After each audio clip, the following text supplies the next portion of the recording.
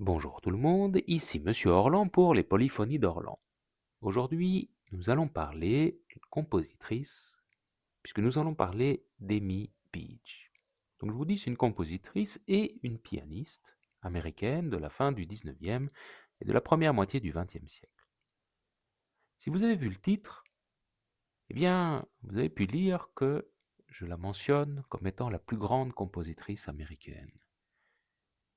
Ce n'est pas gratuit, parce que elle est reconnue effectivement de son vivant comme la plus grande compositrice des États-Unis. Et pourquoi cela? Parce que c'est la première américaine à réussir à s'imposer en tant que compositrice d'œuvres de grande envergure. Alors, on l'appelle Amy Beach. Beach, c'est le nom de son mari. Son nom de jeune fille, c'est Amy Cheney. Alors pourquoi on l'appelle Beach? Vous allez voir, c'est vrai que c'est pas toujours évident pour les compositrices de savoir comment on les appelle. Vous savez que si je dis Clara Wieck, vous allez me dire, mais qui c'est? Je vous dis Clara Schumann. Normalement, vous connaissez un peu plus, hein. Clara Schumann, c'est la femme de Robert Schumann. Clara Wieck, c'est la même personne, sauf que c'est son nom de jeune fille et puis le nom de son mari. Donc, comment est-ce qu'on appelle les compositrices? C'est une vraie question. Ici, je vais l'appeler Amy Beach. Pourquoi? Parce que dans la plupart des écrits, c'est comme ça qu'elle est mentionnée. Et le fait qu'on la mentionne, qu'on la nomme, si vous voulez, par le nom de son mari, c'est pas anodin parce que il y a un événement qui s'est passé dans sa vie qui fait que on l'appelle comme ça, j'y reviendrai après. Bon, commençons par l'enfance. Sa famille vit en Nouvelle-Angleterre et le père est importateur et a une manufacture de papier. Et la mère, ça c'est intéressant, est chanteuse et pianiste amateur. Je pourrais dire dilettante.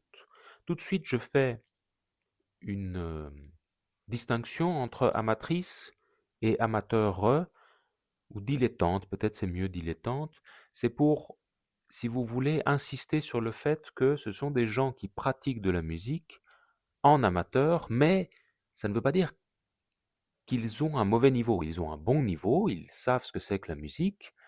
D'ailleurs, sa mère lui donnera des cours de piano dès l'âge de 6 ans, mais ils n'en font pas leur métier, d'accord? Donc voilà, comprenez ça, et le fait d'avoir cette mère chanteuse et pianiste, même si c'est en amateur, eh bien c'est pas grave, ça permet d'avoir un environnement musical à disposition pour la petite Amy. Alors la petite Amy, je vous dis tout de suite, c'est un enfant prodige. Elle a l'oreille absolue, et pour ceux qui se demandent l'oreille absolue c'est quoi, eh bien c'est la capacité à entendre les hauteurs absolues. C'est-à-dire que je vous joue une note, tout de suite vous savez si c'est un fa, un ré, un do, do dièse, tout ce que vous voulez, d'accord?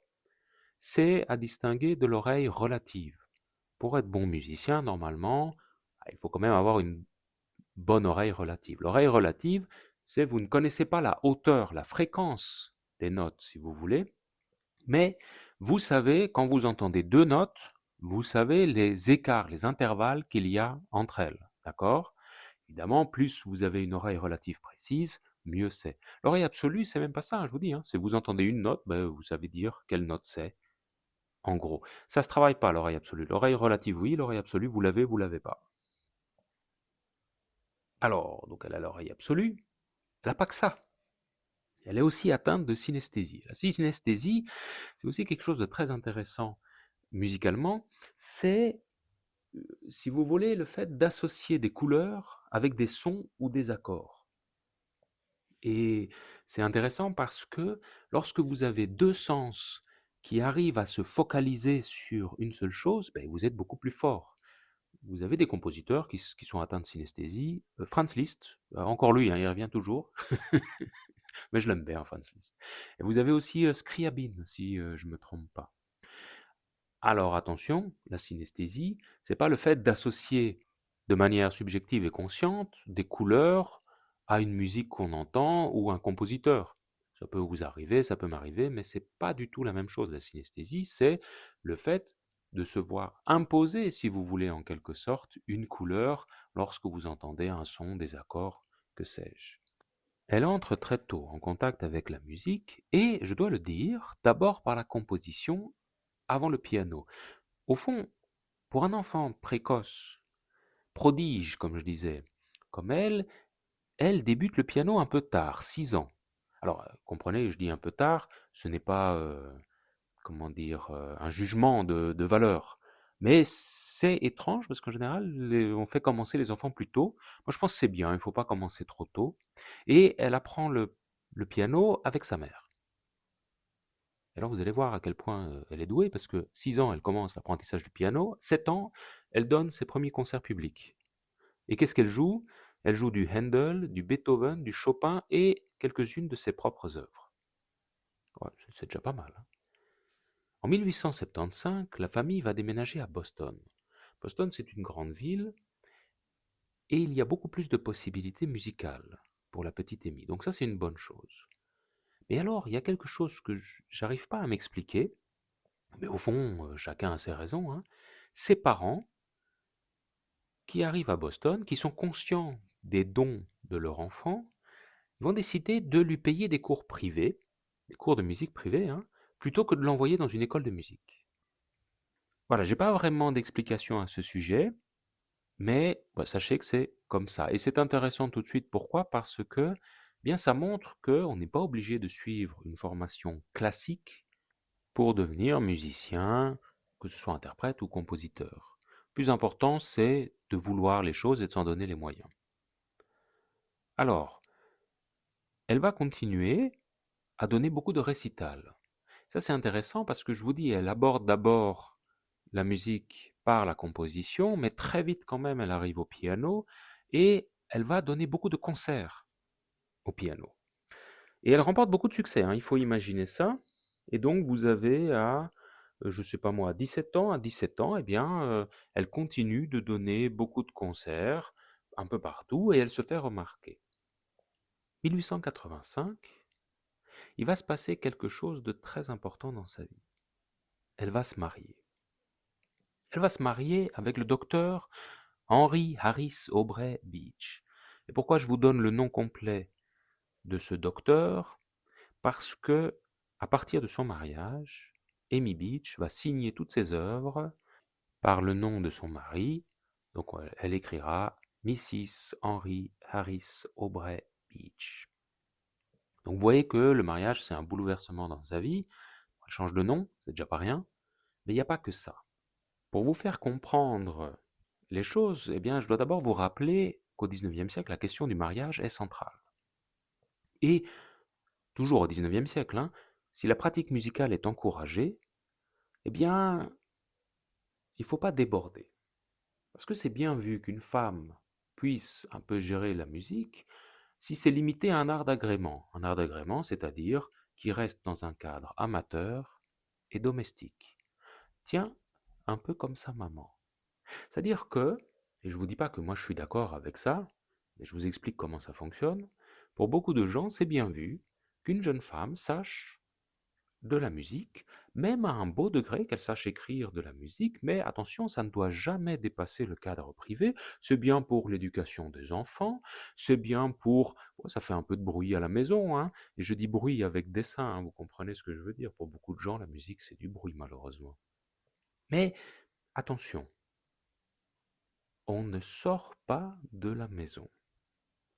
Et une compositrice, si elle veut dépasser le seul cadre domestique, eh bien, elle doit s'estimer très chanceuse si son mari lui apporte soutien. Parce que c'est pas si évident que ça. Et donc, cet Henry Beach, eh bien, je dois le dire quand même, parce que vous voyez que dans la vie, tout n'est pas blanc, tout n'est pas noir. Ok, il impose à sa femme de mettre son nom, qu'elle signe toutes les œuvres, mais vous allez voir qu'il y a un vrai contrat entre eux, en fait. La première chose que je peux dire, c'est que Henry Beach met tout en place pour que sa femme puisse s'occuper exclusivement de musique et de lui. C'est-à-dire que il va l'encourager dans la musique. Et ce soutien, ce n'est pas simplement un soutien financier, bon, ça c'est déjà très important, hein, mais c'est aussi un soutien moral. Et je ne vous ai pas dit, Henry Beach, c'est aussi un dilettante en musique. C'est-à-dire c'est un chanteur, donc il goûte la musique, s'il vous voulez, il sait juger, ou en tout cas il pense pouvoir juger des compétences de quelqu'un en musique. Et qu'est-ce qu'il remarque chez sa femme? C'est qu'elle a un véritable don pour ça. Donc, il veut tout faire pour qu'elle puisse développer ce don et qu'elle soit tout à fait à l'aise. Donc elle ne doit pas gérer la maison, ils ont des domestiques pour ça, elle ne doit pas gérer le ménage, juste la musique et son petit mari. Comprenez, je vous dis ça, il n'y a pas de jugement de morale de ma part, je vous explique juste les faits, hein. Donc il y a une série d'arrangements qui sont conclus entre eux. Et alors là, vous allez voir, c'est quand même un peu dur et sévère. N'oubliez jamais qu'on parle d'histoire, donc on parle de gens qui sont d'une autre époque que nous. Il n'est pas question de pardonner ou d'accepter les choses, mais simplement, c'est un fait, il pensait comme ça à l'époque. Donc je vous dis ce qu'il lui demande, je ne dis pas que je suis d'accord avec. Bon, première chose qu'il lui dit, il lui interdit de donner des cours de piano. Pourquoi? Parce qu'il considère que c'est quelqu'un de très en vue, lui, et que il serait indigne pour sa femme de s'abaisser à donner des cours de piano.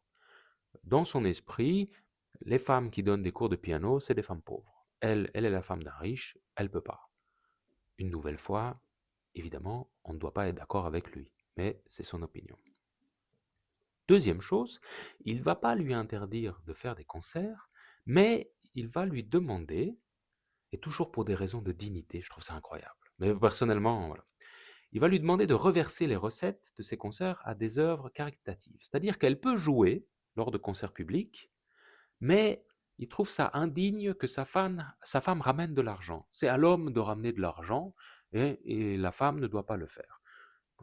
Moi, je vous dis, quand ma femme ramène de l'argent à la maison, je suis bien content. Mais donc, bon. Et vous allez dire, bon, qu'est-ce que ça change? Ça change beaucoup de choses parce que, à partir de ce mariage-là, 1985, eh bien, on constate qu'il y a une chute du nombre de concerts donnés par Amy Beach. Elle le fait de manière annuelle, c'est-à-dire qu'elle fait une œuvre de charité, un concert, et donc elle fait, voilà, par année, elle fait quelques concerts comme ça.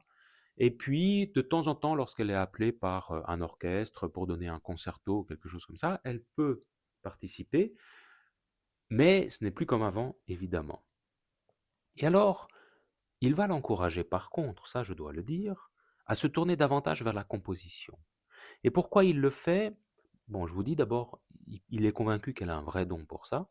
Deux, elle doit signer de son nom à lui ses œuvres, donc c'est très pratique. Alors, ma foi, c'est une sorte de femme trophée, si vous voulez, en tout cas pour cet aspect-là. Ça le met en valeur lui. Trois, il y a une autre raison, c'est que, peut-être elle est un peu plus indirecte, mais elle n'est pas à négliger, c'est que c'est quand même plus pratique d'avoir une femme à la maison. Elle écrit beaucoup, et d'autres vont jouer sa musique, plutôt qu'une femme qui part et qui va se montrer en public et se mettre en scène. Évidemment, il n'y a rien, moi je pense qu'il n'y a rien de mal à aller sur scène, à avoir, comment dire, un métier public. Et une nouvelle fois, c'est dans les mœurs de l'époque. Je ne dis pas que c'était bien, je ne suis pas d'accord avec ça, mais je vous dis un état de fait. Et donc, qu'est-ce qu'on constate entre 1885 et 1910? Eh bien, que c'est une période très productive sur le plan de la composition pour Amy Beach. Et ça, bon, ça nous fait nos affaires parce que c'est bien quand même. Ça veut dire que on a plus de musique pour nous. Je vous dis, elle a étudié le piano et elle a fait 1 an de composition jusque-là. Et donc, elle va se tourner vers un prof qui va lui suggérer d'étudier la composition par un apprentissage en autodidacte. Alors comment? Eh bien, par l'exemple des grands maîtres, et ça c'est facile, on a les partitions, et puis par l'étude des traités. Et donc Amy Beach va le faire ainsi. Et notamment, elle traduira des traités de Berlioz ou des traités de François-Auguste Guévart. François-Auguste Guévart, on l'a déjà rencontré plusieurs fois, compositeur et pédagogue belge, qui est le deuxième directeur du Conservatoire royal de musique de Bruxelles. Donc c'est pas n'importe qui. En termes de musique, je ne sais pas s'il laisse grand-chose d'intéressant, mais en tout cas, d'un point de vue théorique et d'un point de vue historique, il marque son époque, on va dire. Et qu'est-ce qu'elle va étudier? Elle va étudier la fugue, la composition, l'orchestration. Donc vous voyez qu'elle essaye de dépasser le seul cadre du piano. Ça, c'est intéressant parce que c'est une compositrice, interprète, comme on pouvait en avoir de manière générale au XVIIIe siècle. D'accord? Alors qu'est-ce qu'elle compose? La première œuvre majeure, c'est une messe. Messe en mi bémol majeur, opus 5, composé en 1890. Et je ne vais pas vraiment en parler ici parce que j'aimerais m'attarder sur un chef-d'œuvre qui suit justement la messe, qui est peut-être son chef-d'œuvre, c'est la symphonie gaélique, opus 32. Donc elle est composée entre 1895 et 1896, et c'est la première symphonie écrite par une compositrice américaine. Et ça c'est très important, parce que Amy Beach elle-même a cru pendant longtemps qu'elle était la première femme dans l'histoire de la musique à composer une symphonie.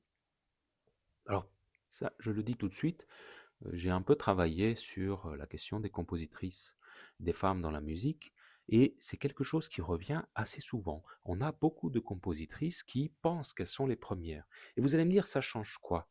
Eh bien, ça change beaucoup de choses. Parce que une symphonie, c'est déjà pas facile à écrire, pour un homme ou pour une femme. D'ailleurs, je le dis ici, évidemment, il n'y a pas de différence entre les hommes et les femmes. On le sait aujourd'hui. Vous mettez de la musique d'homme ou de la musique de femme, on ne fait pas la différence. D'accord? Donc ça, il faut le dire, mais sachez qu'il y a tout un bagage historique, sociologique, qui fait que, eh bien, il y a des appréhensions, des stéréotypes. Et pendant très longtemps, ben, on a dit aux femmes que, ben non, vous n'êtes pas capables. Pourquoi? En tant que femme, il n'est pas possible que vous puissiez composer des grandes œuvres, composer des œuvres symphoniques, parce qu'elles sont très abstraites. Symphonie, c'est quelque chose de très abstrait, effectivement, et donc, beh, le cerveau des femmes n'était soi-disant pas prévu pour ça. Je le répète encore une fois, évidemment, ce sont des bêtises, mais sachez que c'était des discours qui existaient. Et donc, vous comprenez la pression qu'Amy Beach doit avoir, parce que déjà c'est difficile, mais en plus on vous dit que non, parce que de par votre nature presque, eh bien vous ne pouvez pas le faire. Bon ben, elle leur a démontré qu'ils avaient tort de la plus belle des manières. Alors la symphonie est écrite dans un contexte particulier, celui de la résidence d'Antonin Dvorak aux USA. Il y séjourne entre 1892 et 1895, d'accord? Et qu'est-ce qui va se passer? En fait, il y a deux choses qui vont l'influencer dans l'écriture de cette symphonie. La première, c'est la recommandation par Dvorak de la création d'une musique nationale américaine. Et vous savez que Dvorak, il est dans un contexte bien particulier des écoles nationales, donc il pense que chaque nation, alors je ne vais pas revenir dessus, mais retenez que ce sont des groupes de personnes, chaque nation, eh bien, aurait des spécificités propres qui le distingueraient des autres. De nouveau, c'est assez arbitraire, mais peu importe. Et donc, il explique que chaque nation, donc chaque groupe identifié, hein, il y aurait la nation française, la nation belge, qui est un cas très particulier, la nation allemande, la nation russe, la nation américaine, et j'en passe. Donc, je le répète quand même, il faut le dire, ce sont des constructions de l'esprit. Il n'y a rien de naturel là-dedans, et les logiques qui sont, les arguments qui sont déployés en faveur de ça, eh bien, ils sont très discutables. Peu importe. Donc, lui, il explique qu'il doit y avoir une musique nationale américaine, et comment on fait dans ces écoles de musique nationale? Eh bien, beaucoup, mais ce n'est pas toujours le cas, mais beaucoup vont prendre soit la langue, soit le folklore. Et Dvorak le fait lui-même dans sa musique. Et alors, qu'est-ce qu'il va dire pour les Américains? Il va dire, ben voilà, il faut, selon lui, baser cette musique nationale américaine sur deux éléments, la musique afro-américaine et la musique des natifs américains. Et ça, c'est intéressant. Pourquoi? Parce que Amy Beach, elle va dire tout de suite que ça lui pose problème. Et ça lui pose problème pourquoi? Et parce que elle pense, elle, que chaque compositeur doit prendre son propre héritage. Elle ne peut pas réclamer cet héritage des natifs américains ou des afro-américains, puisque elle, elle est plutôt issue du monde anglo-saxon. Ça lui paraît donc compliqué. Et le deuxième élément, c'est la symphonie du Nouveau Monde de Dvorak, justement, parce qu'elle entend cette musique, cette symphonie, et si elle reconnaît une grande inventivité, c'est une superbe symphonie, hein, vous pouvez aller l'écouter, mais elle va quand même se montrer critique à son égard. Pourquoi? Parce que, bon, Dvorak, il est cohérent avec ses idées, et dans la symphonie du Nouveau Monde, il va citer des éléments de la musique de natifs américains et puis de la musique afro-américaine. Vous voyez, au moins il est cohérent avec ce qu'il dit. Notamment, vous avez le deuxième mouvement qui est très très connu, très joli, d'accord? Vous pouvez aller l'écouter à l'occasion. Et alors pourquoi en fait elle se montre critique? Mais notamment, elle dit oui, effectivement, il y a de la musique afro-américaine, mais ça la dérange parce qu'elle dit que cette symphonie ne montre que les bons côtés et pas la réalité, c'est-à-dire la souffrance que vit cette population afro-américaine. Donc ça, je trouve, c'est aussi intéressant de le nommer. Et donc, pour ces deux raisons, elle va elle-même proposer une symphonie. Moi, je trouve que c'est très, très intelligent. C'est de répondre, si vous voulez, à l'art par de l'art. D'accord? Alors, je vous propose d'écouter dans cette symphonie gaélique le deuxième mouvement, qui s'appelle Alla Siciliana. C'est un mouvement, alors malgré son titre, c'est un mouvement plutôt lent. Et le thème de départ, vraiment très très joli, très reconnaissable. Ça fait à peu près padim, padam, pam, padam, padim, padim, padadi, padida. Voilà, et ça continue comme ça, mais vous pouvez pas vous tromper, c'est un peu plus long, mais je vous fais pas tout, évidemment, comme d'habitude. Alors pour composer sa symphonie gaélique, et d'ailleurs, je le dis tout de suite, très intéressant, hein, c'est un Européen, Dvorak, qui vient aux États-Unis et qui fait la symphonie du Nouveau Monde, une symphonie américaine si vous voulez.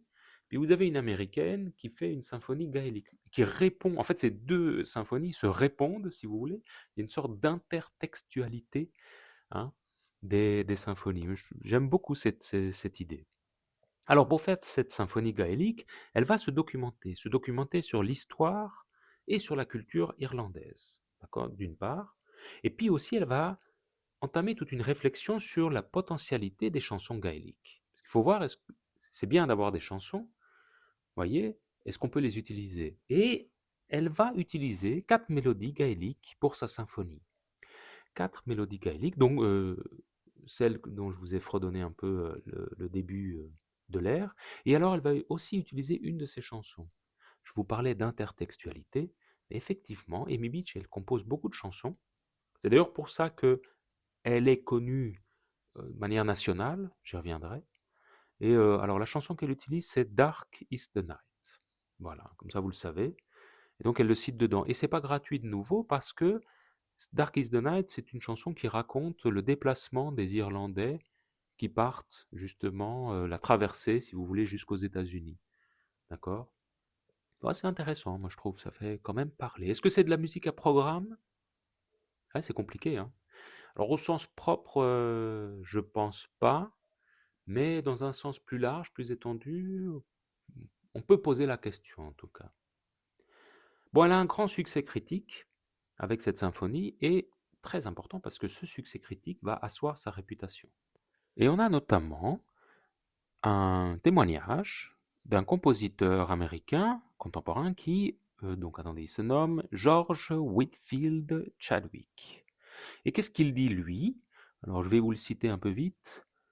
I always feel a thrill of pride myself whenever I hear a fine new work by any one of us, and as such you will have to be counted in, whether you will or not one of the boys. Et c'est intéressant pourquoi? Parce que je trouve ça incroyable. Il dit, bah, tu feras toujours partie de l'un des gars. Et pour ça, il faut le répéter, la symphonie, c'est considéré à l'époque comme de la musique d'homme. C'est ridicule, hein, mais les gens sont convaincus de ça. Donc il y avait tout soi-disant cet habillage théorique, intellectuel, moi je suis désolé, qui ne vaut pas grand-chose. Et il y a d'autres raisons aussi derrière, beaucoup plus pratiques et matérielles.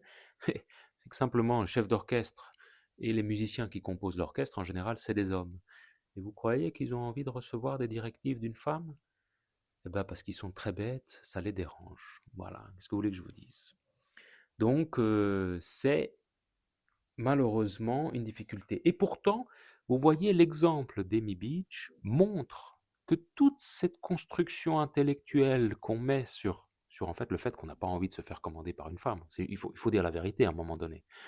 Eh bien, ça montre que tout cet édifice qu'on construit pour justifier ça ne tient pas, puisqu'elle est la preuve que ça ne marche pas. Mais vous savez que l'esprit humain est très retors parce que une femme, on peut toujours l'accepter parce que c'est l'exception qui confirme la règle. Voilà. C'est pour ça que quand vous voyez en fait dans l'histoire, vous avez jamais 0 femmes qui peuvent composer ou jouer de la musique. Et on va dire: «Mais regardez», on prend toujours un exemple en disant: «Mais regardez, elle était acceptée elle». Oui, parce que c'est l'exception. Et puisqu'elle est l'exception, c'est une sorte de monstre. Alors monstre, c'est pas très gentil ce que je veux dire, mais c'est un être en fait qui est monstrueux parce qu'elle sort de sa nature. Voilà. Mais c'est pas une femme, c'est Amy. Vous voyez ce que je veux dire? C'est le même principe d'ailleurs avec les étrangers, hein. Moi, combien de fois on m'a pas dit, devant moi, on me dit des dingueries sur les étrangers, et puis je dis: «Mais vous savez que je suis un étranger moi?» «Non, mais toi, t'es pas un étranger, toi, tais-toi». Vous voyez, c'est intéressant, hein. C'est vraiment les mêmes mécanismes. Bref, je reviens à la musique et elle va continuer de composer après ce premier succès, notamment une sonate pour violon, 1896, où vous avez le troisième mouvement qui est vraiment le plus émouvant de la sonate, un concerto pour piano, vous voyez encore une œuvre de grande facture pour orchestre, et puis un quintet pour piano en 1907. Et vous entendez de ce quintet pour piano le deuxième mouvement, l'adagio espressivo. Très joli, hein. Vous voyez les cordes qui commencent à jouer quelque chose de très apaisé et expressif. Et puis vous aurez le piano qui va reprendre la ligne des cordes, justement.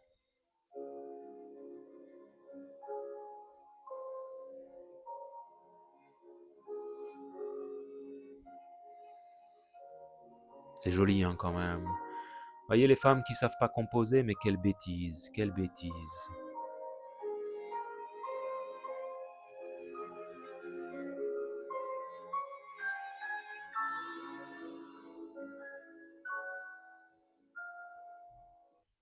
Mais les choses vont s'arrêter brutalement pour Amy Beach, parce qu'en 1910, c'est la mort de son mari, qui est déjà un drame terrible, et en 1911, c'est la mort de sa mère.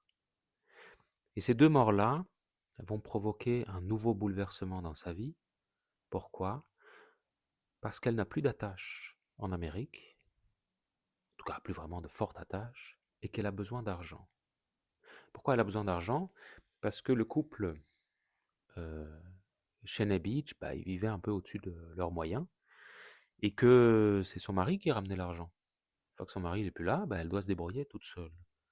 Et qu'est-ce qu'elle va décider de faire? Elle va décider de faire un voyage en Europe. Elle va rester 3 ans en Allemagne, et elle en profite pour faire des tournées de concerts et promouvoir sa musique. Avec succès, il faut le dire. Donc elle reprend en fait, si vous voulez, contact avec le fait de jouer de la musique en public, hein, parce qu'elle fait des véritables tournées en Europe, et elle le fait pendant 3 ans. Pourquoi? Ben parce qu'en 1914, c'est la Première Guerre mondiale, donc elle va retourner à Boston, où elle sera de nouveau bien reçue. Et donc, quand elle rentre en Amérique, elle va reprendre des tournées de virtuose. C'est intéressant de nouveau, hein. Donc on a en fait une première période de composition, 1885-1910, puis c'est la mort de son mari, la mort de sa mère, et puis hop, en fait, si vous voulez, elle continue de composer un peu, mais elle reprend beaucoup plus, si vous voulez, la pratique instrumentale, et elle se montre en public. Bah, il faut bien faire rentrer des sous, effectivement. Et ça va durer jusque l'été 1921. Et l'été 1921, qu'est-ce qui va se passer? Elle va trouver un nouvel équilibre. C'est-à-dire qu'elle va segmenter l'année en 2 périodes. C'est-à-dire que donc de 1921 jusqu'en 1941, donc pendant 20 ans, elle va fonctionner comme ça. L'été, elle va aller passer dans le New Hampshire, en pension, dans la ferme de Petersboro, pour composer. Et elle va jouer et promouvoir ses œuvres en hiver. Donc, pourquoi elle fait ça? Eh bien, parce que, au fond, elle aime les deux. Elle veut garder les deux. Et elle se retire du monde dans la MacDowell Colony pour pouvoir composer dans la solitude. Et ça, c'est intéressant parce que, par exemple, on a beaucoup de pièces pour piano qui vont émerger de là, notamment, alors, son Hermit Thrush at Eve, opus 92, numéro 1. Vous trouverez toutes les mentions des œuvres, évidemment, en commentaire, hein. Donc cette œuvre, elle est intéressante parce qu'elle a plutôt une visée impressionniste. Il faut imaginer que jusque-là, Amy Beach, elle est plutôt une romantique tardive. d'accord? Mais là, on voit qu'elle change un peu de style et donc il y a des visées un peu impressionnistes et surtout, moi je trouve ce qui est très intéressant, c'est qu'on peut y entendre les chants des oiseaux qu'elle reproduit au piano. Et elle-même le dit, n'oubliez pas, elle a l'oreille absolue, qu'elle a reproduit fidèlement, note à note, le chant des oiseaux, et vous l'entendez comme ça, c'est juste, elle explique qu'elle a changé d'octave, d'accord, pour évidemment l'intégrer au piano. Elle compose beaucoup pour le piano, je vous le dis, et beaucoup de chants. Ça c'est une constante et je vous dis, les chansons, c'est ce qui va, pardon, participer à son succès au niveau national. Et on peut le comprendre parce que des grandes œuvres, en fait, c'est très bien pour le prestige, mais ça nourrit pas son compositeur ou sa compositrice, en général. Donc, elle a besoin aussi de vivre et donc, elle produit. Et puis bon, ma foi, il n'y a pas de bon genre ou de mauvais genre, hein. Si, elle aime bien, elle aime bien.